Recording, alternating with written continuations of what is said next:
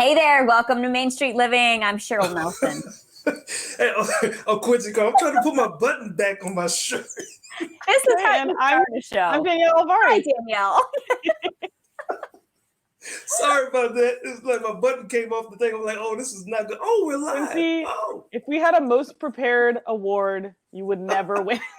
That's all me. I got that There's one. a chance. There's a chance I could win, Danielle, okay? Just like Cheryl, you left us last week and we did the best that we could. Oh, I missed you guys. I could see Danielle missed me. Quincy, I don't know. Yeah, I did. Okay. Oh, yeah. So trustworthy. Cheryl, we were following your trip on social and we want to see more from it, to be honest. I didn't get enough. Yes. So I've been posting a lot on my Instagram, Cheryl Nelson TV, but I have a treat for you guys. I actually made a video of my entire trip to 5 national parks. Take a look at this. Our vacation started at Zion National Park in Utah. The colors were absolutely gorgeous. It was hot though. Temperatures were over 100 degrees. And the only relief we got was when we drove through a dark tunnel with no lights in it. Look how dark it is. After that, we went on to Bryce Canyon National Park, still in Utah. Oh, this is so beautiful. So this is Sunset Point at Bryce Canyon National Park. Wow. The hoodoos are absolutely incredible. They are the oddly shaped stone figures that you see there that were apparently formed by rain, snow, ice, and wind and erosion over the years. However, legend has it that they were bad people who were turned to stone. So I'll leave that up to you. There was so much beauty in Bryce Canyon aside from the hoodoos, and I did have fun with the hoodoos. There were also waterfalls and other natural beauty everywhere you looked. It really was one of my favorite places. Next, we went on to Capitol Reef National Park in Utah, and this kind of reminds me of the Grand Canyon. The rock formations there were incredible. Driving on dirt roads was a very unique experience there. Another gorgeous park. Then we went on to Yellowstone National Park. Temperatures were actually 20 degrees below normal when we were there, so thankfully we had packed our winter gear and we were bundled up, but it was worth it because anyone who knows me knows I'm an animal lover, and we saw all kinds of wildlife there, and I was beyond thrilled to see all the different animals. Yellowstone speaks for itself. If you didn't know it was on top of a volcano, you would know after visiting there. Basically, everywhere you look, there are geothermal attractions. Oh, it's disgusting. But of course, the biggest attraction of them all is Old Faithful. Look how cool that is. It shoots up about 140 feet and is known to go up as high as 190 feet. Is this a rainbow too? Yeah. Finally, we ended our trip at the Grand Tetons, and while it was cold at Yellowstone, the Grand Tetons, even though there was snow on top of the mountains still above 9,000 or 10,000 feet, temperatures warmed up nicely, and this was just another park full of natural beauty. Nice. Wow. It was so awesome.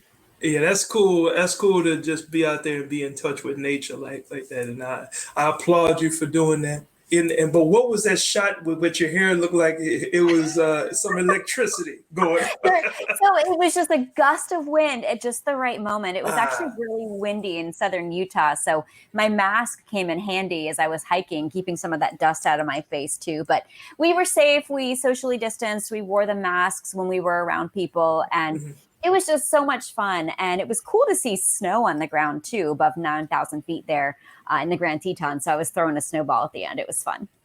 Yeah, and it's cool to see the water things like shoot up in the air, almost like like when Danielle used to do her little, not her little, cheerleading, flipping all up in the air.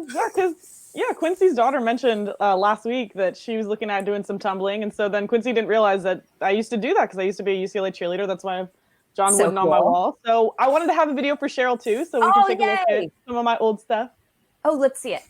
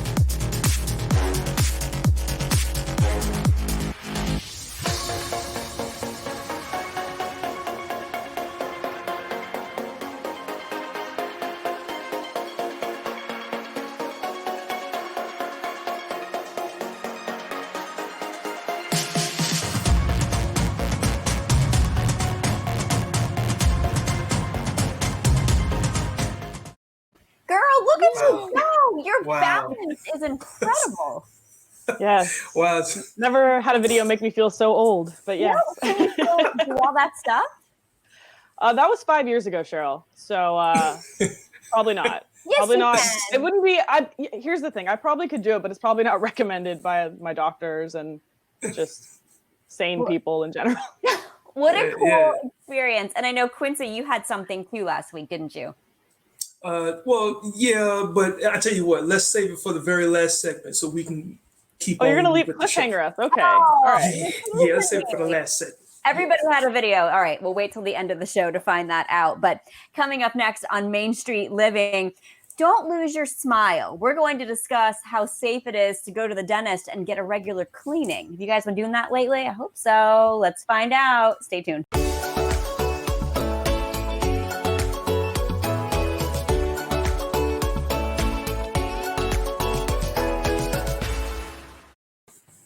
Welcome back to Main Street Living. Now, Quincy, Cheryl, I told you guys that I've been spending some of my time during this quarantine trying to learn some new stuff. So I've been learning a little bit of Photoshop, a little bit of Adobe Illustrator, which is nice because then I get to be creative, and Lord knows I can't draw. So. Oh, neither can I. I don't know about you guys, but I've always wondered how comic book artists are able to draw everything, and it looks so amazing. Well, check out this interview. I actually got a chance to talk to a comic book artist myself, and he shared his secrets. Welcome to the show, Dan Panosian. So good to see you. Thanks for joining us. Oh, thanks for having me. Nice to meet you. Yes, nice to meet you as well. So you got into comic books at a young age. Tell us the story. What happened and what made you so interested in this? Oh, well, as a little kid, I loved comic books. And my dad was an artist, and he loved comic books. So there was a contest or a tryout book Marvel Comics had, and I thought I'd enter it. And I was 14 years old. I sent my samples in. I didn't win the contest. I mean, obviously, I needed a few more years, but Marvel sent me back all sorts of information, like their insurance packages and what you could expect working for them. So for me, I think that was the end of my academic progression, because I was like, wow, I'm working for Marvel Comics. So I'll be in the comic book industry. And I didn't move up to New York until I was about 21 years old, but I worked in other aspects of, I did role-playing games, as far as like the artwork inside some of the gaming editions. I did work for smaller comic book companies. You have something called the Drink and Draw series, which sounds really interesting. Enlighten me. Well, it's artists and writers and anybody in this industry. It's a very solitary job. So you're at home or in a studio with just maybe three other people writing or drawing. So you don't really get to socialize much. Kind of like right now with COVID. Yeah. So we started, a friend of mine, Dave Johnson, and another friend, unrelated, Jeff Johnson, started a thing called the Drink and Draw Social Club, where we would go out to a bar. It doesn't have to be a bar. It could have been, in some cases, it was a coffee shops, and we would just draw together socially. And we just started inviting more and more professionals, finalists. At some point, it was storyboard artists, animation people, but really it became so big that it was people who were just interested in art or maybe starting out. There was no egos involved, and it was a nice way to network and socialize. Other people, wherever we were, would come up and say, "Oh, did you draw that?" And it was a great thing. And now we started it in 2005 in Los Angeles, and they're everywhere around the world. So you go anywhere, there's a big city or even small city, they might have a Drink and Draw chapter. So it's really neat to see how it's evolved. You've worked in both universes, so to speak, of comic books, haven't you? In what respect? The writing and the drawing?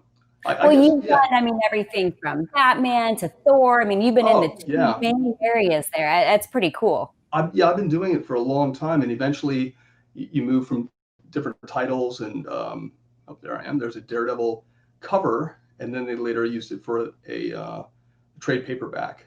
Oh, wow, look at that. This is the original Spider-Woman costume, and that's the new Captain Marvel. You also have a mini series called Slots.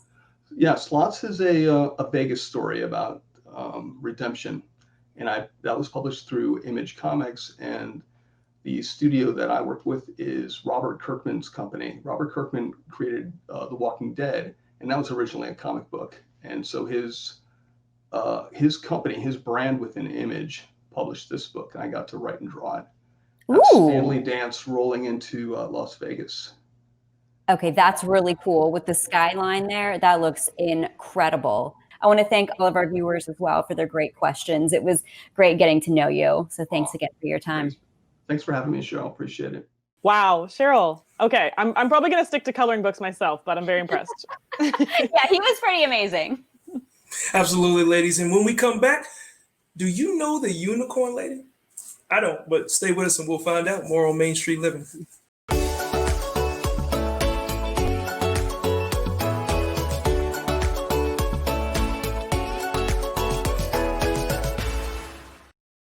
Hey, welcome back to Main Street Living. Now, although Halloween is nearly 4 months away, it didn't stop our next guest from ignoring the high temperatures of spring and summer to dress up and bring smiles to loved ones. So let's welcome to the show Corey Jurgensen, aka the Seminole Heights Unicorn. Hey, there she is. Hello, how are you? Hey, I am doing great now. The one thing about you is that you are a massage therapist, and because of COVID, you haven't been able to do your job. You haven't been able to be close to people. So how did you come up with this idea to transform into the Seminole Heights Unicorn? Surprisingly, boredom. And, I had nothing else to do, so I figured, why not? It makes me laugh, and I just get pure enjoyment wearing it. And it was more for like selfish reasons because I was just wanting to do something fun for myself, and it was just a bonus that my neighborhood embraced it and really enjoyed it also. Well, now you said that you were doing this for yourself. Now I understand that you did this on a dare. So what was the response? It wasn't quite a dare if I was going to be willing to do it anyway. Right. Well, what has been the response from your neighbors when they saw you jogging down the streets in a unicorn? Uniform? They so many people stopped their cars, almost caused accidents. They were filming, taking pictures. It was really fun running down the sidewalk and then having a car come around the corner and not expect a 7-foot unicorn coming their way. So it was more or less a lot of double takes of did I seriously just see this? Absolutely, because people don't know if animals are breaking out of the zoo these days or not. Yeah, no one's expecting a unicorn, so That's right. Now, how often do you go out and why do you continue to do it? I started in March, and I would kind of periodically make it more spontaneous to where no one would be expecting it because I didn't want it to lose its comedy. Surprise element? Yeah. Of it. I wanted to keep the surprise element in it. So I kind of do periodically, but it ended up being about once a week. Okay, got you. And I know because you're down there in Florida, but I know it is hot. Yeah. So can you just give us since June. Okay. Well, you've had a couple of days off. I was no more. Unicorns down for the count. Yeah, I mean, it gets hot. So what's a really quick example of how hot it can get? So today's heat index, the feel like temperature is about 106 right now. Ooh, yeah. So you can hold off on making people smile because from what I understand, you can't run around for longer than 30 minutes or you'll pass out on the corner, right? My next time will most likely be November.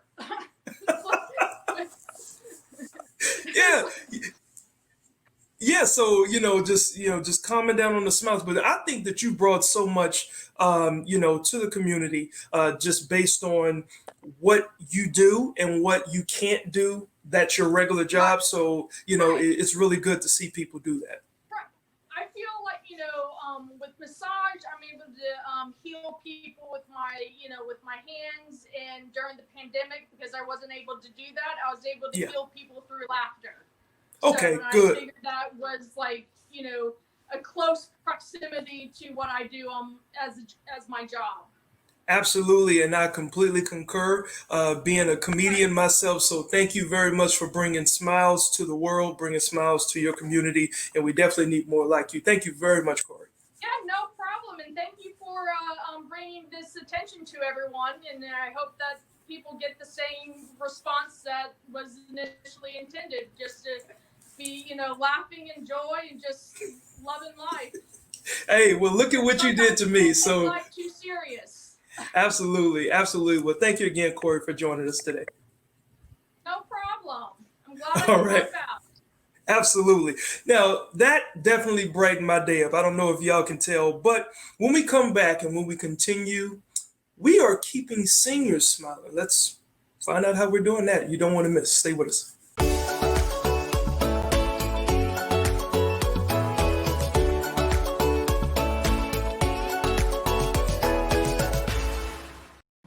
Welcome back to Main Street Living. It's important, guys, for everyone to feel connected during this difficult time.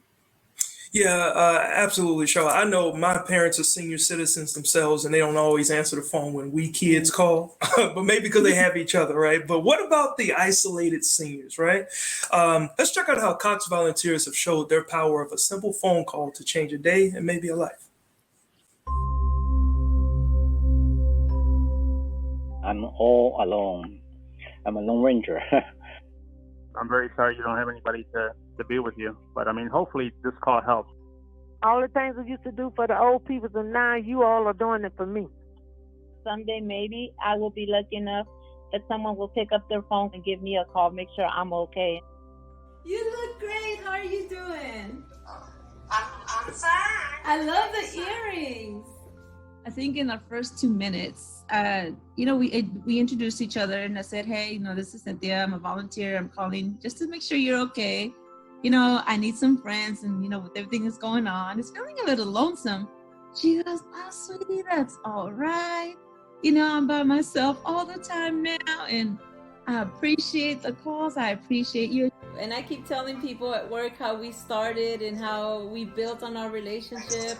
How I'm a part of the family now. I even talked to my brother. That's right. I'm not the donor. Cox has a purpose. It's all about bringing us closer. And that means bringing people together and celebrating the connections we have with each other. When you think about the world and what's going on today, there's never really been a better time to reach out and connect with the people in our lives. You know something? Life's too short to be mad in your lifetime. That's a great attitude.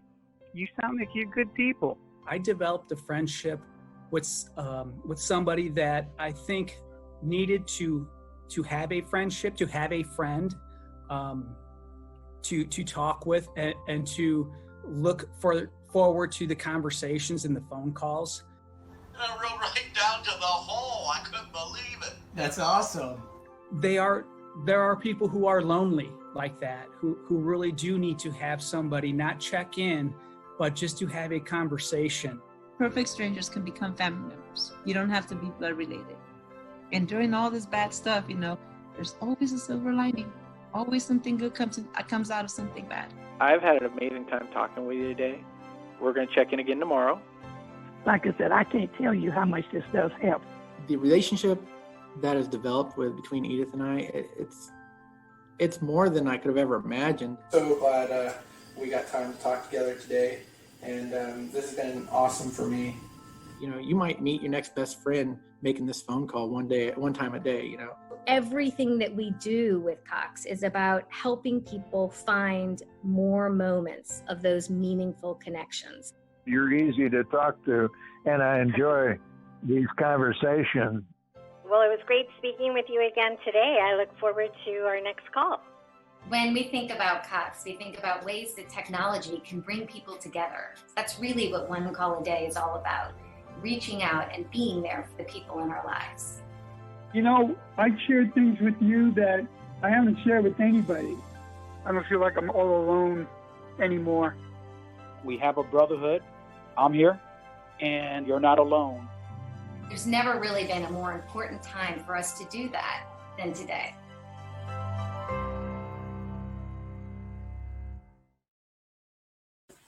That was so touching. Oh my gosh. That program. So simple. Just one call a day. Yeah. The senior citizen population definitely want to be taken care of, but not the only population under stress right now, not knowing what to do. So it's important that we remember we're not alone. So coming up, how to deal with the crisis. Stick with us.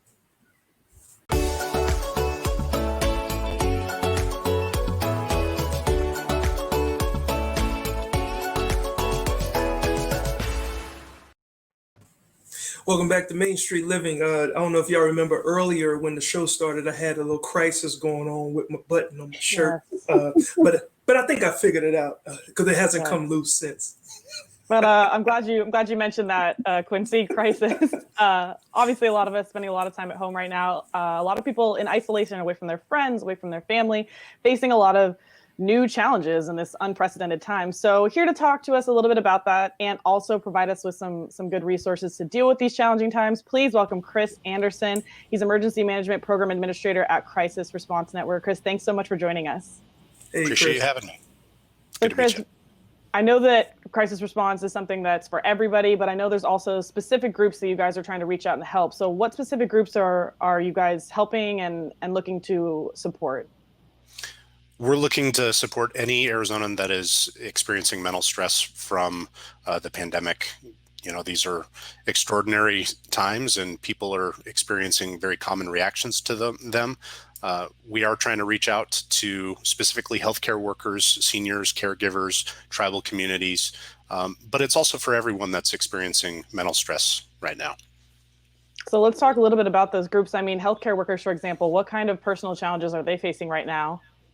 We're definitely seeing healthcare workers are experiencing the brunt of kind of the pandemic, the anxiety, the grief, feeling isolated, the fears of becoming ill themselves while taking care of others. And we see a wide spectrum of healthcare workers also being placed out of work right now. So we kind of have this dual position where healthcare workers are either on the front lines of the pandemic or because of the financial and certain doctors' offices or whatever not being able to see folks as much as they would otherwise be. There are healthcare workers that are currently furloughed. So it's really a very impacted community. Absolutely. And then another at-risk community, definitely very high, would be the senior citizens. What are you kind of seeing from that group?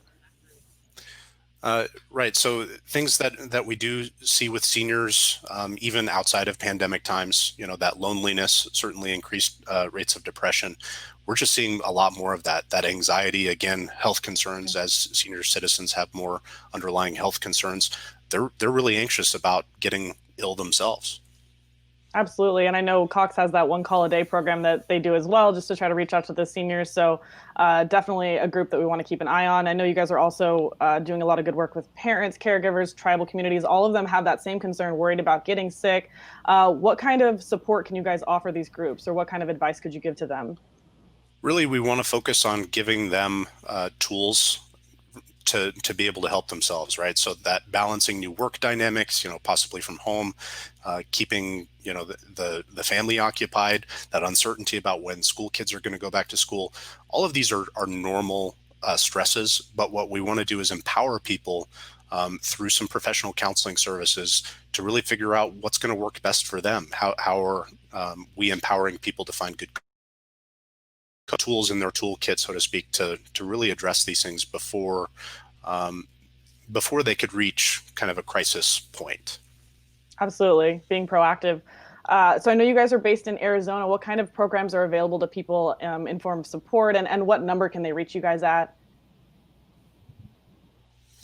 So any Arizonan can reach our programming by simply calling 211 from any Arizona phone number. They can call 211. They can also visit the website resilientarizona.org. Again, this is one program out of many across the country. This one is specific to Arizona. It is in conjunction with SAMHSA and FEMA and our State Department of Health Services. But again, this is one of many programs like it across the country right now. Absolutely. Well, Chris, thank you so much. I mean, I know all this information is especially important right now, reminders to reach out to support each other right now. So thank you again for joining us, and we appreciate all you're doing. Thanks for having me. All right. Man, great interview there. Yeah, always good to have that kind of information there. And this is a hard time for all of us. And it's tough for parents too. And coming up next on Main Street Living, are you running out of ideas of things to do with your kids? Well, we can help. So stay tuned. We'll have that coming up.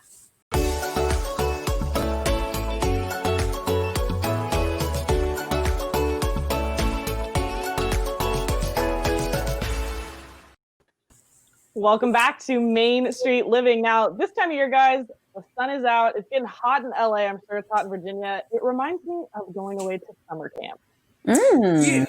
Yeah. As a matter of fact, our daughter is enrolled in one of the few summer camps that are actually open, but with limited children that they can have here. And I got a chance to speak with an individual to talk about doing summer camp from home. This is interesting. You know, with summer break officially here, summer camps are still not open to full capacity. But our next guest, Catherine Newman's new book, How to Be a Person, actually led two parents to create a common sense camp. Now, this is what teaches their kids the basic life skills while quarantining. So welcome to the show, Catherine. How are you today? Thank you so much. I'm good. How are you? Hey, I am doing great. And as I can see, you are definitely an accomplished young lady. I mean, author, excuse me, an author, a blogger, just to name a few, you know, and with your new book, you seem to understand that camps keep kids occupied as well as teaching them valuable life skills. So the idea of missing camp is obviously a huge loss for parents and kids. But how do you get kids to buy into the recreation of summer camp experience at home? Yeah, that's a great question. I mean, it's funny because a couple months ago, I was selling people on the idea that kids could really use the downtime. But the truth is, kids have had a fair amount of downtime at this point. So I think figure out what makes camp special. What were your kids looking forward to? This is what I really think is the starting place. Sit down with them, ask them what they were excited about, grieve the losses. There are losses, and we can honor those losses even during a pandemic, right? Mm-hmm. Oh my God, you're not going to get to make lanyards with your friends. That's really hard. Maybe we could make lanyards at home. You know, so kids are weirdly easy to please. It could turn out they were looking forward to like the little bags of chips that came in their lunch. Like you could get those, you know what I mean? Like you could make it happen. So I feel like figure out what they were excited about, figure out what they like to do. Remember that it's not school. We're not in Zoom school anymore. We're now transitioning to a pretend summer that we're pulling out of our, you know, heads. And and then, you know, do they want to have a little bit of a theme? Could you have a week of Alicia Keys camp where they learn to play an Alicia Keys song on the piano? They read part of her book. They, you know, what could you do that would really engage them in a topic? And I think for a lot of kids, that's great. For some kids, that's going to be too much, and that's fine. They can lie around the living room with a, you know, Lego catalog camp, but like my kids always had. Well, it's interesting, Catherine. Like, how can we actually replicate kids being independent at a pandemic home camp? I know. So here's what I think. So I had kids home for home camp for many summers. Mm-hmm. Here's the key. This is really the key. If they're having fun, leave them alone. Okay, just don't involve yourself, even unless they're like eating dirt or compost or something. Leave them alone and make sure they're making their own lunch, because there is nothing to suck up your time as a parent who's trying to work at home. We're all trying to work at home now. The kids are home. It's 11. They're like, when's lunch? No, you're gonna teach them how to make lunch. I'm showing my book here, How to Be a Person. Yes. You give it to them. They can make a quesadilla. They can make a grilled cheese sandwich. They can boil a pot of ramen. They will, by the end of the summer, know how to make some simple meals, and you will not be interrupted every 5 seconds to make lunch. Absolutely. And, you know, I know what my wife and I have done with our daughter. Like, you know, she's learned how to wash dishes and everything. So we are definitely utilizing a lot of these type of tips. Now, as far as your kids at home and, you know, and you being at work, like, how do you balance that out, trying to still work virtually from home while your kids are at home? It's really, really hard. And I just feel like parents are a little bit screwed right now. I think that there are ground rules for one thing, that when you're working, you can't be interrupted unless it's an actual bleeding emergency. Someone like cut their arm off, then they can interrupt you. But I also feel like you can say to them, I wish I could spend more time with you. I know it sounds so corny, but it's so meaningful to them. You can say, you got to help me with this. Absolutely. You got to make it work.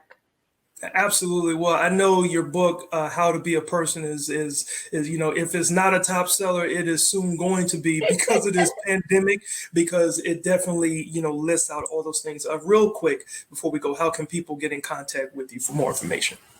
Oh, I have a website. It's katherinenewmanwriter.com, and there's a contact form and also just a straight up email address. Anyone is always welcome. And you can find me on Facebook, Instagram, all the things. Absolutely. I can see learning from a person like you is so easy because you have so much energy. And thank you so much again, Catherine, for taking your time to be with us today. Thank you so much. It was my pleasure. Awesome. You have a blessed rest of the week. You too. She made that interview so fun because of her smiling and just, the fun we had off camera was just as, it had just as much laughter in it. I love people's energy like that. And speaking of energy, I think a lot of us are feeling restless and we want some place to go where we can still physically distance, right? We'll find out if you can still win big at a Las Vegas casino when we come back.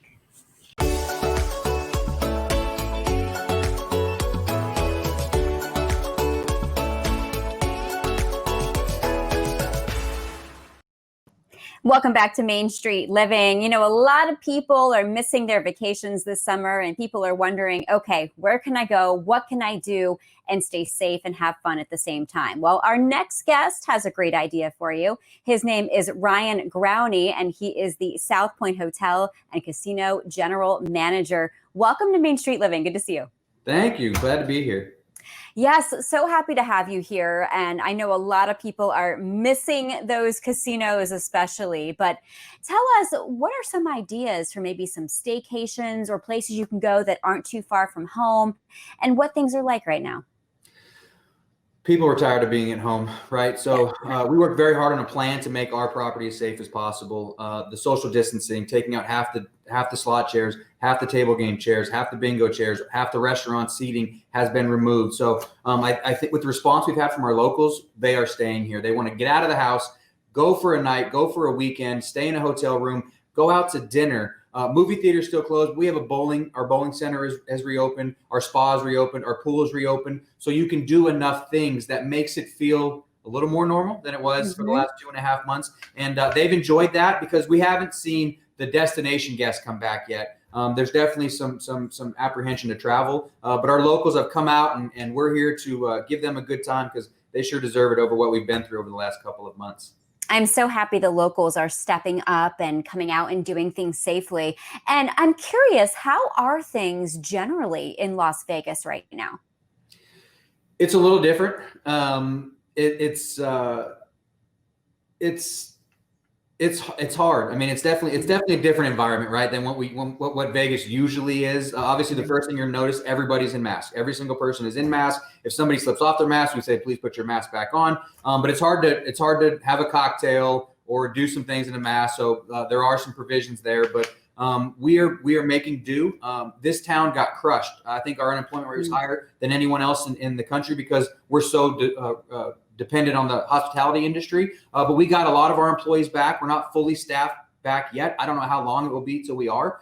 So it's better and it's getting better and people are getting used to the new things we have to do in order to not get shut back down. And our employees have been amazing. We went through before we opened, we spent 4 days training all of our employees on basic stuff, hand washing, mask wearing, social distancing, things that you would think would be pretty commonplace, but we made sure that all of our employees, and they have embraced it. They know this is what they have to do. They are doing it. They're doing it with a smile on their face, even though you can't see it because they have a mask on.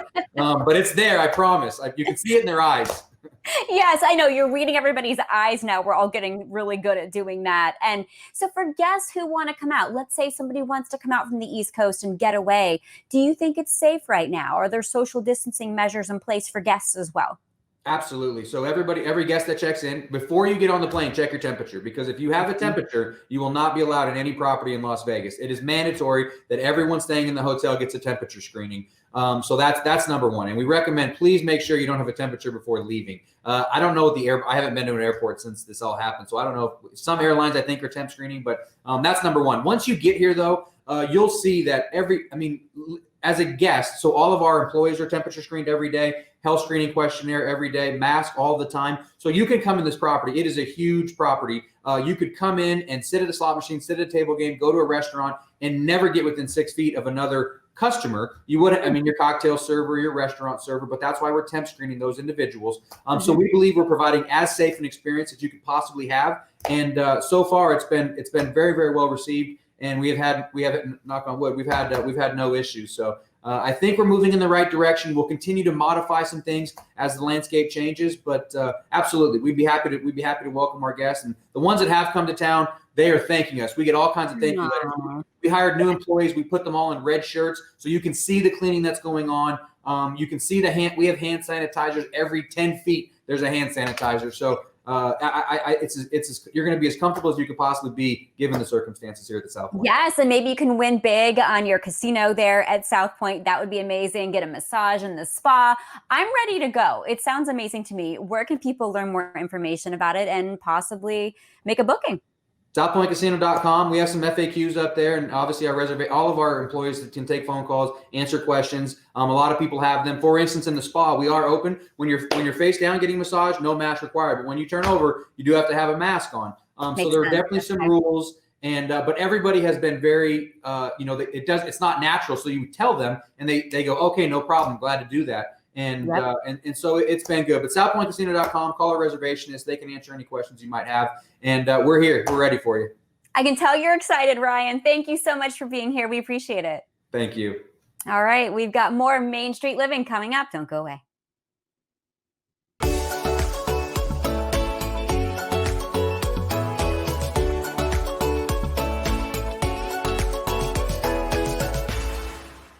Welcome back to Main Street Living. Quincy, I know you've been waiting. You've been teasing us the whole show. Yeah, well, no, I have not. I only did it in the very beginning. But now that you brought it back up to us, yes, I need you to check out this clip, because when you're here, you always end the show with Take a Stroll Down Main Street. And I got so excited. I may have added my own little twist. And I know Cheryl's not here to say it, so I get a chance to say it. Look, we will see you all next time as we take another stroll down Main Street. Hey! I love the hey at the end. No, talk about Danielle. she was looking like... she was I don't know where this street is taking us, but we're going. Yeah, I know. Where were you going? I have no idea, but it had I felt some music to it, so that's why I was like, "Hey," So I could tell. Sorry, it was a lot of pressure. He had big shoes to fill. Yeah. Aww. Yeah. What about people say "hey" like that? What does that usually lead to? It's just like hey. I don't know. Like that's the answer. I really don't know. It just popped out of me. Okay. So, yeah. That went absolutely nowhere. Like, hey, I don't know. Yeah, I don't know. It just sounds right to say at the end of it. Yeah. But we certainly appreciate everybody for tuning in. So thank you guys. Yes, thank you guys so much for watching. I know I speak for myself, and I hope for you guys too, that this is our favorite part of our week when we get together and get to chat with you guys. So. It really is. And I missed you guys last week. So happy to be back. And don't forget, you can catch new episodes of Main Street Living, 9 p.m. local time on Mondays. And make sure you join us next time. Quincy, feel free to do it with me as we take a stroll down Main Street. Hey.